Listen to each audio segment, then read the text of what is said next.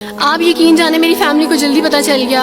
ایک رات میرے بابا نے وارث ماموں کو گھر بلایا اور ان سے کہا کہ ہم چاند کی شادی کرنا چاہتے ہیں, آپ اس سے پوچھ دیں کہ اگر کسی کو پسند کرتے ہو تو ہم اس کی شادی اس سے کر دیں, ہم جو ہے نا وہ اس کی مرضی کے خلاف نہیں جائیں گے. تو میں نے ان سے کہا کہ آپ ایسا نہیں کر پائیں گے. انہوں نے کہا کہ نہیں ہم کر سکتے ہیں.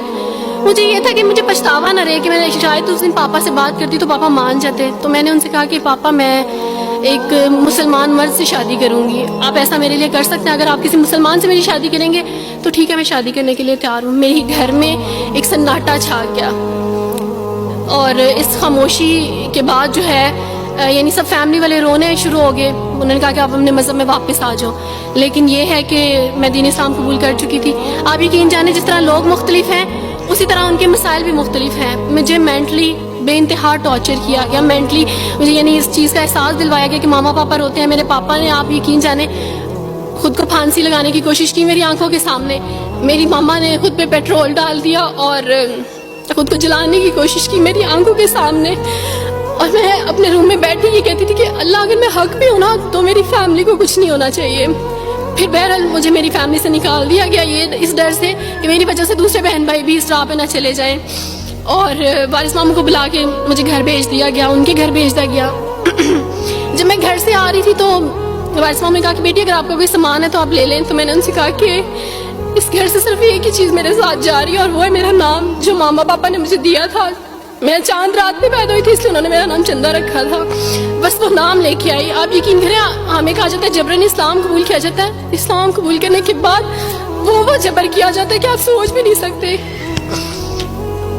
آپ کو اپنے ماں باپ سے ہی ملنے نہیں دیا جاتا, آپ کو اپنے ہی چھوٹے بہن بھائیوں کے پاس نہیں جانے دیا جاتا.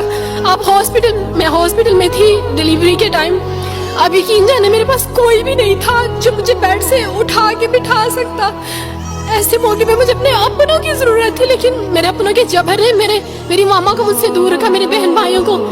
میرے کرسچن کولیگس نے ہی میری فیملی کو پریشرائز کیا کہ اس کو فیملی سے نکال دیں کیونکہ اگر آپ اس کو ملیں گے تو مزید لوگ بھی عبدالوارث کی طرح چندہ کی طرح اسلام قبول کریں گے.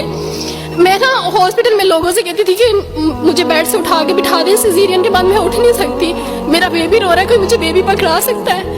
آئیڈیا ہی نہیں تھا ہاسپٹل میں کیا کیا لے کے جاتے ہیں. میرے پاس ایک ایسا دوپٹہ نہیں تھا جو میں چینج کر سکتی.